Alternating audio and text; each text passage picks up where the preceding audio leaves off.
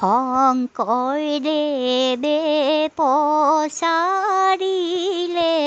কলিত হৰি নাম। মাধৱদেৱে মানি ল'লে অমিত্ৰ সমান। দুয়ো গুৰুক প্ৰণাম জনাই লওঁ হৰি